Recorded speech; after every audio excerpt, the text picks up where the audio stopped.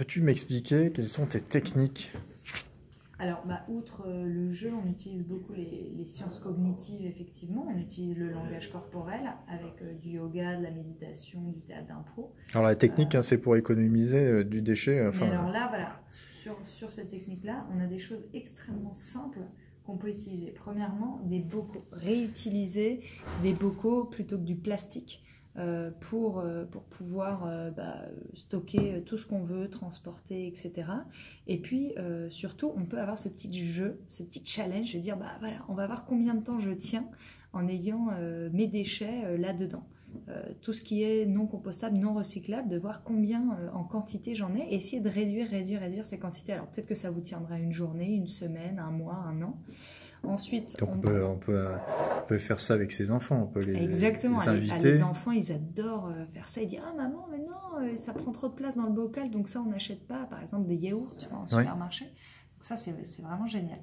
Ok, ensuite, donc et tu peux les récompenser à sauver la planète, et les enfants peuvent récompenser leurs parents à ne pas polluer les océans. Exactement. Bien. Exactement. Et alors, comment ils peuvent les récompenser? Eh ben, on peut les récompenser en faisant un dentifrice maison. Ça aussi, c'est super fun et c'est super simple. On a développé cette formule avec des dentistes, parce qu'on a vraiment un comité scientifique avec des dermatos, des psychologues, des biochimistes et là des dentistes. Et donc, c'est un dentifrice qu'on fait maison très simplement avec un petit peu d'argile blanche, avec un tout petit peu d'huile végétale, donc là de l'huile de coco qui est facultative mais qui a la propriété antibactérienne très importante, et puis de texture, et puis un petit peu d'huile essentielle de menthe poivrée qui peut se fabriquer en France à utiliser avec beaucoup de parcimonie, et ça c'est dans le savoir qui accompagne aussi la réalisation de tous ces produits maison. On peut avoir un mouchoir en tissu. Revenons au bon mouchoir, c'est tellement plus agréable. En plus, un beau mouchoir de nos grands-parents, on en trouve partout sur les marchés. Voilà, le week-end, c'est très simple de récupérer des mouchoirs en tissu pour transporter, pour s'essuyer, pour se moucher, etc. On va avoir des petits... C'est quoi ce truc-là? Alors ça, c'est une planche avec des clous. C'est une planche avec des clous, donc c'est très simple à faire. Et en fait, ce n'est rien d'autre qu'un métier à tisser. Un métier à tisser ultra basique, très simple, mais avec lequel on va pouvoir recycler ces vieux t-shirts, ces vieux torchons, ces vieilles chaussettes, et faire des éponges, par exemple, des choses absorbantes, remplacer Et comment ça, je comprends pas.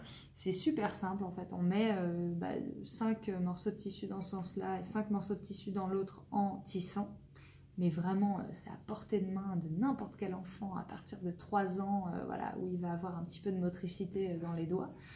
Et on se retrouve à la fin avec une éponge qui s'appelle un tawashi, puisque ça nous vient du Japon, de l'art japonais, comme pas mal de choses zéro déchet d'ailleurs, comme le furoshiki, l'emballage des cadeaux en tissu, voilà, comme des savoirs ancestraux comme ça qui se sont perdus, qu'on avait en France, et qu'il est intéressant de pouvoir redécouvrir avec cette modernité qu'on a, comme par exemple de pouvoir traiter l'inox.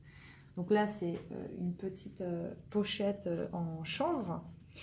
Du chanvre. Alors, on en profite pour saluer notre ami commun, Pierre-Yves Normand, Bretagne Chanvre Développement. Et Guirec aussi, qui travaille avec lui sur le chanvre. Et puis, voilà, on peut avoir, alors que ce soit en bois, que ce soit comme ici en inox, et bien des couverts qu'on va avoir toujours sur nous pour éviter d'avoir à prendre des couverts en plastique dans le cas d'une alimentation en déplacement.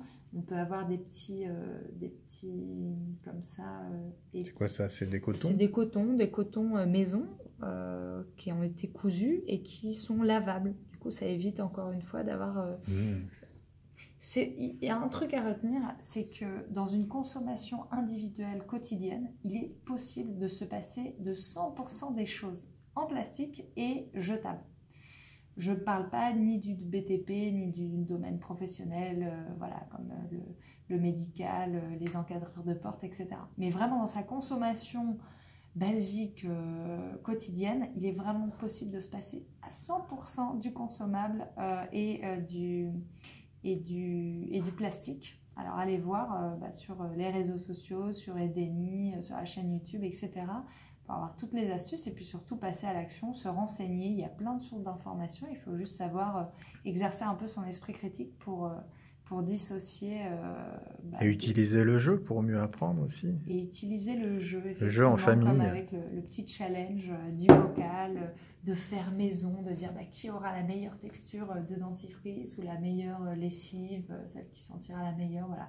Râper le savon de Marseille, celui qui aura les plus petites... Alors on peut rétablir de la consommation... Donc couper le wifi et râper du savon. Exactement, ça, couper le wifi, dans tous les cas, votre cerveau vous dira merci pour les ondes électromagnétiques que ça lui évitera. Ok, pour te retrouver sur le net. Sur le net, edeni.fr tout simplement, et puis ensuite Instagram, Facebook, la chaîne YouTube aussi, où on essaie justement de passer un maximum de savoir, et puis on vous attend sur les conférences, les rencontres en vrai, le bootcamp, il y a rien. Excellent. Et dernière question, une poubelle chez toi, tu la descends quand? Combien de fois par semaine? À peu près une fois par mois, je vais descendre quelques bouteilles en verre, de vin notamment, puisqu'elles ne sont pas encore toutes en consigne, ou de bière locale. Le carton, en général, j'arrive toujours à le récupérer pour un autre usage. Et puis sinon, c'est une fois par an où je vais avoir un bocal de déchets résiduels. Et tout le reste va dans mon compost, dans mon appart. Bravo. Merci Hélène. Merci.